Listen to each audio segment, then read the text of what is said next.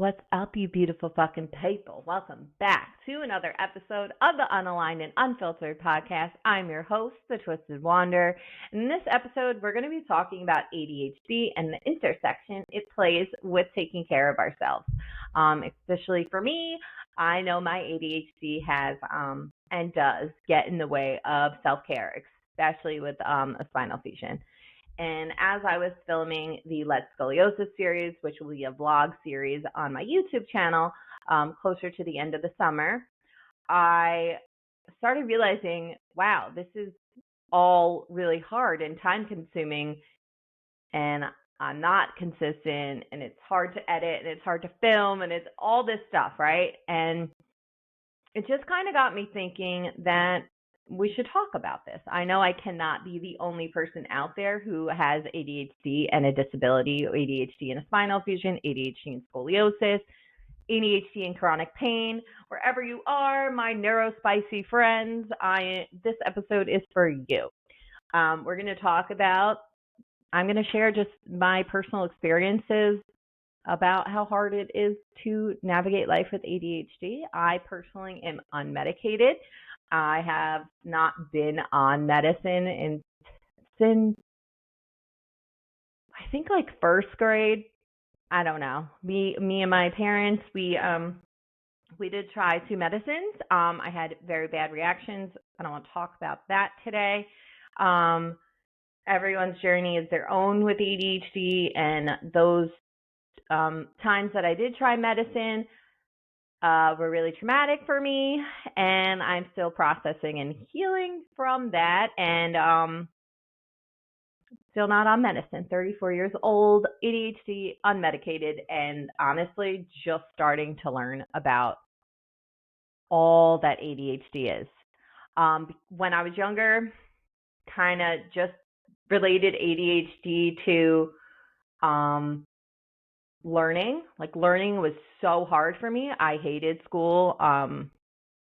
It was just a struggle. So yeah, that's all I really knew about it. That's all that was really given to us. But as I have gotten older, I have started to do my own research on ADHD and what it is, along with the help from my therapist. Just learning that ADHD is so much more than what they tell us. So that is this episode. I'm just going to kind of talk about ADHD, my personal experiences, and things like that. So to start us off, as I was filming the series, the Let's Go series, I kind of became frozen, and what I have learned so far on my own journey, and this is my own journey. I'm not a medical professional. So on my own journey, I kind of started to realize that I was kind of stuck and just unable to get things done when I wanted to. And as I started to learn more about ADHD, I understood now that that's a symptom of ADHD, and it's kind of called task paralysis. And what that means is something that you have to do or something that you want to do, it can build up, and it can cause, pretty much for me, it builds up and it causes like this anxiousness. And the thought of doing the task is now just grown bigger and bigger in my brain, and it has made it harder to start that task. And then, of course, like something that I've really learned always felt this with ADHD is the shame that comes with not being able to start or complete a task. And for me, these tasks could just be like learning the Strauss method or stretching for that day, right? Like just not being able to move forward. So instead of moving forward, we stay stuck. And then we stay stuck, and then all that shame comes back. And I want to talk about the shame part of it. just because I've dealt with that part my whole life, and it still really gets to me. If you're listening, you have ADHD, it kind of just feels like you're just not good enough, that you'll never be good enough, that you'll never be able to understand your brain and how to get things done.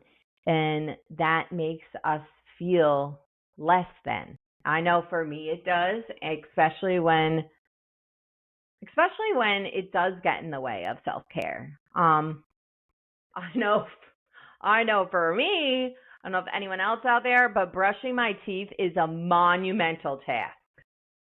I can't explain it. It's just, I don't know. So something that helps me with this is I will take my toothbrush into the shower and kind of do all the self-care in there. Because if I can work up enough to get to the shower, if all the things I need are in the shower, it feels like less of a task, right? It kind of feels like, okay, this is one spot to do all these things and then move on from there. So that's been really helpful with that. And then another thing that I've realized is it's okay to do your stretches and work out in bed. If you can't, like if you're ADHD along with other symptoms, like I also have like depression and anxiety, and when those things start to creep up and maybe you had something planned, let's say you had a workout planned for the next day, or in my case, I had planned to wake up and film the Let's Scoliosis series. And I just woke up with no dopamine, because if you have ADHD, you know that we lack dopamine, and that is the little chemical that gives us energy and all that good stuff, right? If you have ADHD, you're low on that. So you're already low on energy. Add that on top of being chronically in pain. You're doing great. You're doing a great job. That's all I have to say. But if you add that on top of it all, things can start to weigh down and feel heavy. And that's what was happening to me. I was like, I set out to film this amazing series about me learning about scoliosis, Strauss method, and starting my workout journey. And I had been struggling so much to start. I just couldn't do it. So that's what helped me. I was like, you know what? I can wake up in the morning if I don't feel the way that I had planned to feel or want to do the things or able to do the things. Let's try and take that shame away. Instead of feeling shameful, maybe just take a deep breath in bed. Do your Strauss exercises in bed. There are so many stretches that are doable in bed. And that's been very helpful, because maybe I didn't get to film the series that day, but at least I did self-care for myself. And so that's something that I also feel like has been really, really helpful. And another thing I just feel like that's not talked about enough is just I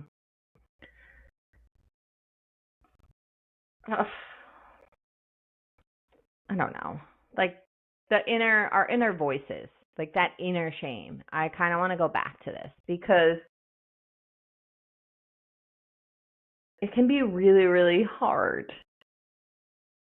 There are some days where I feel as if there is a boulder on my chest and my head from the amount of weight that shame really does bring.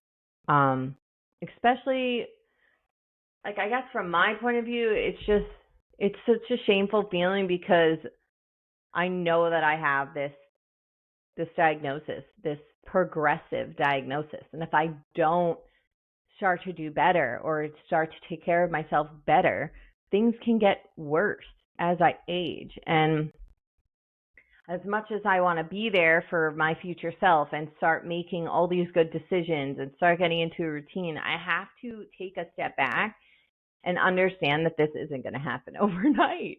And I guess I just wanted it to, you know? I think I spoke about this in my previous episode with Allie from Haven Well Pilates. It's a big comparison factor that came in for me. Finding, people with spinal fusions and scoliosis has been absolutely life-changing and amazing for me and my mental health, because I am now on this journey of honoring my body, starting to learn my body, and understanding that I hadn't been living authentically. And I can't just expect it all to happen at once. I just started this journey. It hasn't even been 2 years. I started maybe a year and a half ago. So just understanding that you're on your way. And just because the little steps that you're taking maybe aren't showing big results, that doesn't matter. It still counts. You just learning or listening to a podcast like this, it counts. This is a step towards better self-care. And that's really the most that we can do, is just start to realize, okay, we need to do better, and we slowly start to do better. I've always had anxiety with going to the gym. I think I spoke about this a little bit, but that's just huge for me. I don't know what it is, but it's like I make these plans to go to the gym, and then I wake up and I'm just overwhelmed by it all. So I'm kind of still in that stage. So that's another reason why the series has been so slow. And at first I was like, oh, great, I'm just going to keep pushing this back and letting myself feel like shit. But at the end of the day, I'm trying to show up authentically, to show that it's okay to do that. You know what I mean? Just because you decide you want to do something and you have a goal doesn't mean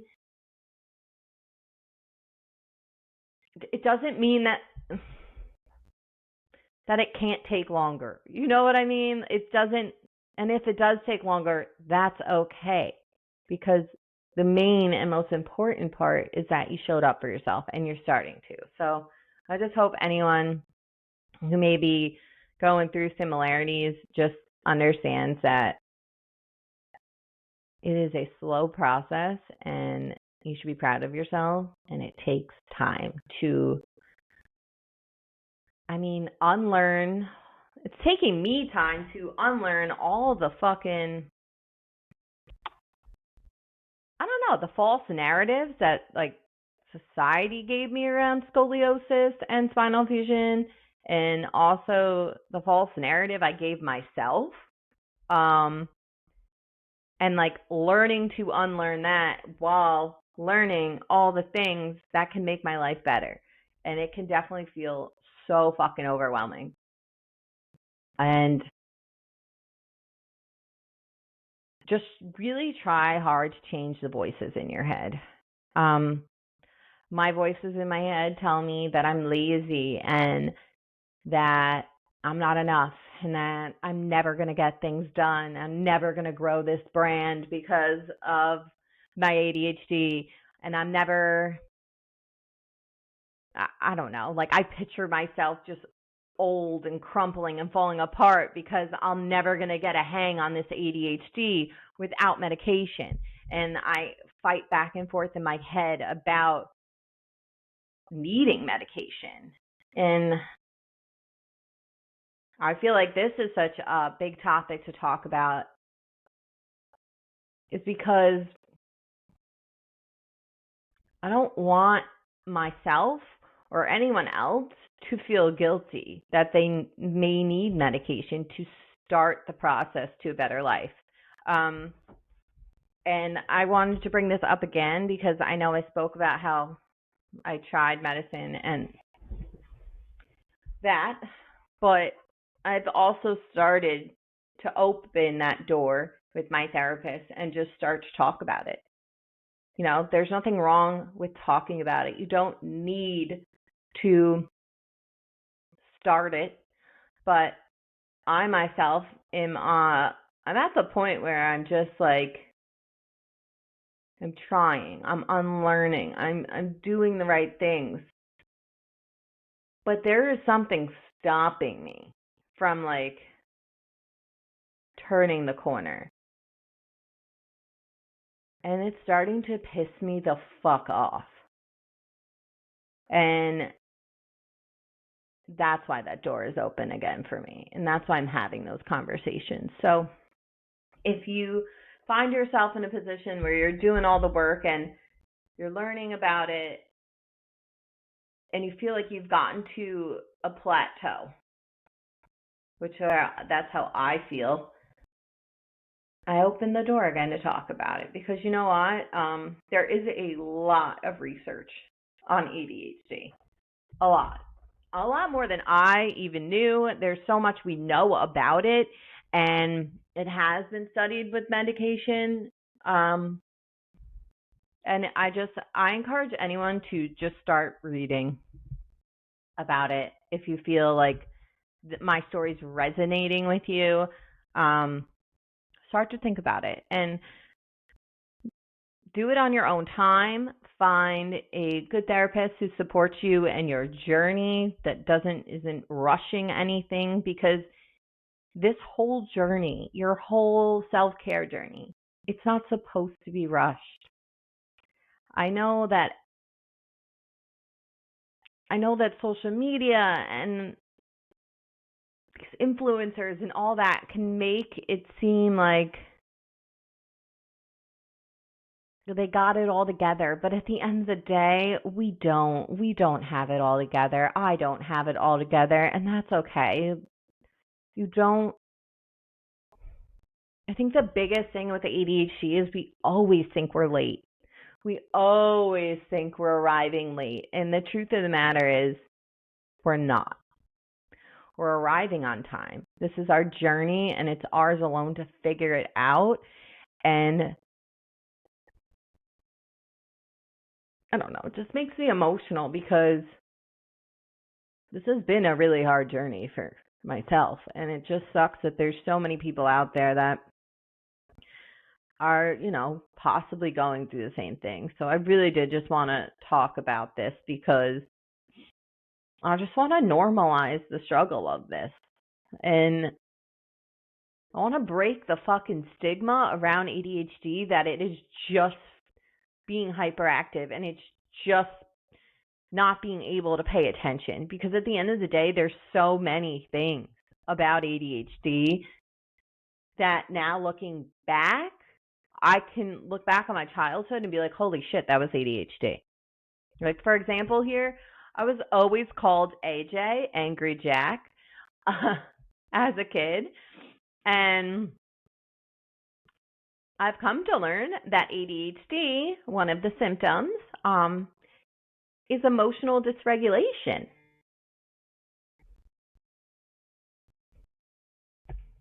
You know how much that's changed my life?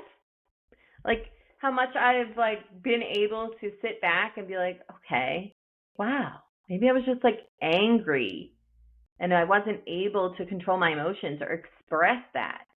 So I think the best advice I can give is start to learn about ADHD.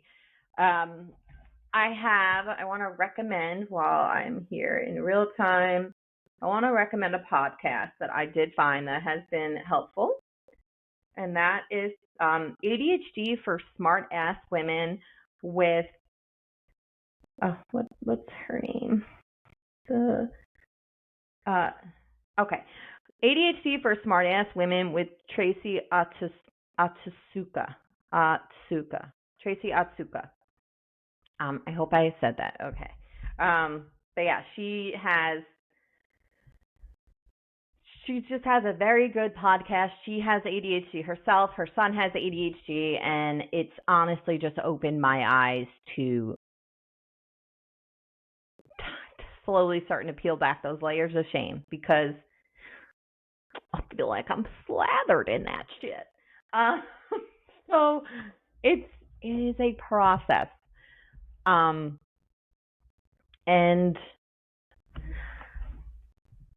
I kind of want to also share another tip, actually. I did find, and I'm learning about body doubling. Okay. Body doubling is really cool. There's actually an app for this, and that is called Dubby. It's actually from an artist that I absolutely love. Her name is Rory. She's a singer and an artist. She has ADHD, and she's just amazing. She honestly, and she has a song called Sorry I'm Late. And if you have ADHD, that will be your new anthem, because that is the shit. And it pretty much, what body doubling is it pretty much is just an app, and they actually have like make your bed, do laundry, clean the dishes, because a lot of ADHD is like, I don't know, it just helps. I never noticed this, but now I know that it's a thing of ADHD. It helps me get things done if someone's in the same room. Like, even if they're not doing the same thing as me, they could just sit there, hang out with me, and I feel better and able to get my things done. So that's kind of what body doubling is. It's really, really cool. And just gave me a really cool idea, actually. But we'll have to, let me write this down. And that will come out in, at a later time. But another way that this can help, and a way that you can think about this in scoliosis and self-care, is maybe going on YouTube and finding one of, Allie from Havenwell Pilates. You can go to her website. She has like pre-recorded videos specifically for scoliosis and fusion. So if you wanted, that can kind of be like body doubling. You can work out with someone, and it just helps get things done. And then I also know the Scoli coach, Claudia. She's on YouTube as well. She has scoliosis, and she also has a bunch of like just good workouts and stretches and things like that. So maybe using body doubling and someone on YouTube to help you get your stretches and your workouts done. Another thing that has been helpful and life-changing is a timer. Not a timer. I know those help too, but setting alarms is something that I've started doing again, and it's really, really helpful, because a lot of the times I will say, yeah, I'm going to do that. Like the other day, I planned a workout and forgot. That's just life with ADHD. We have issues with our short-term memory. Who knew? Not me, just learning all this shit now. So that's something else that can be helpful. Alarms are amazing.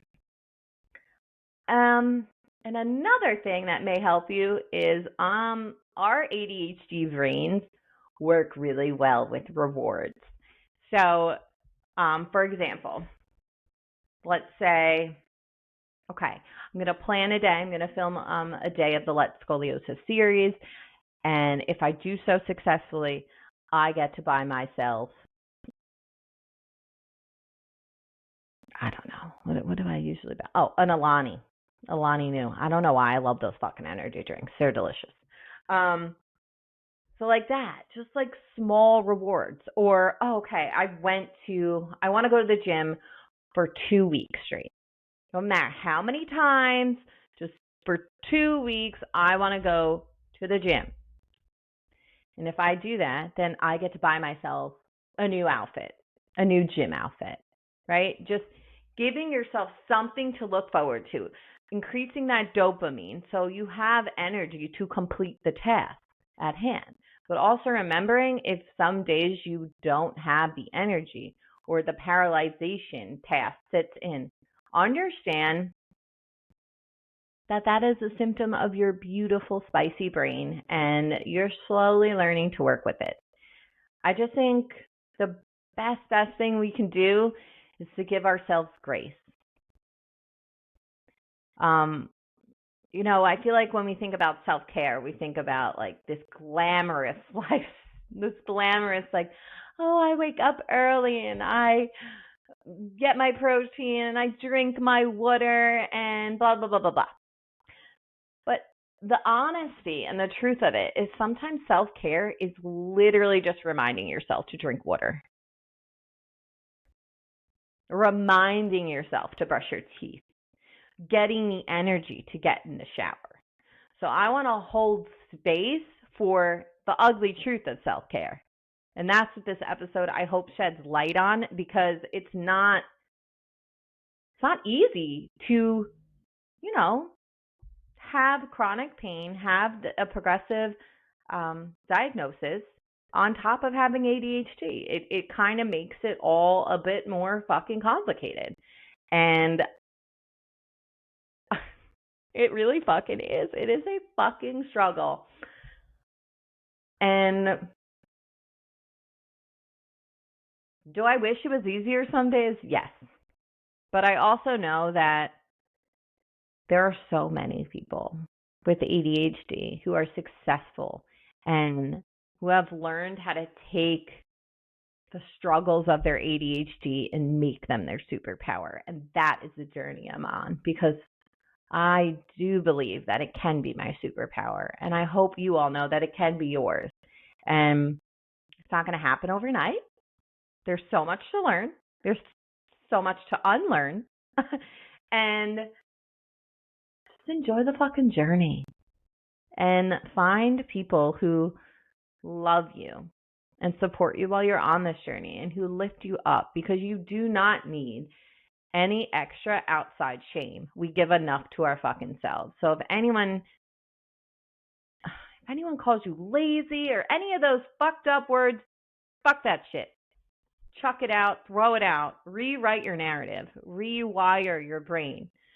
Be nicer to yourself. And as I say all of this to you, I am saying it to myself. So just keep going. The only thing that we can do is just keep going. So I guess I just want to wrap this up by saying thank you for listening. I hope you did enjoy this episode. Happy Scoliosis Month. This will be, I think this is the last episode to come out in June. So I just wanted to say happy Scoliosis Month and happy Pride to you all. I hope everyone has a beautiful rest of their June. If you like this episode, please comment, like, subscribe. Also, if you haven't already, I'm going to post the Discord server link in this episode. I'm going to keep posting them in there. It's not up and running yet, but it is something where I want to get all of us together. That way we can talk and communicate as a community outside of social, and just really create a safe space for my neurospicy and Scully peoples and anyone who resonates. So please look out for that. And then I kind of just also want to say the Let's Scoliosis series will be on YouTube. So if you haven't already, go subscribe over there, The Twisted Wanderer on YouTube. That is my YouTube channel. The Unaligned and Unfiltered podcast is also available on that channel as well. Currently just on Spotify and YouTube. But again, I will see you guys in the next episode. I have amazing more guests coming on this season. I'm so excited for you all to meet them. And then Let's Scoliosis series. And then please go follow me on The Twisted Wanderer on Instagram, _ The Twisted Wanderer on TikTok. And if you ever want to collab or be in future episodes of this podcast, you can email me at twistedwanderer418@gmail.com. Or if you just have any questions about ADHD, scoliosis, spinal fusion, I'm an open book, so please reach out. But until then, take care of yourself, take care of your spine, and you're beautiful just the way you are. I'll see you guys in the next episode. Bye.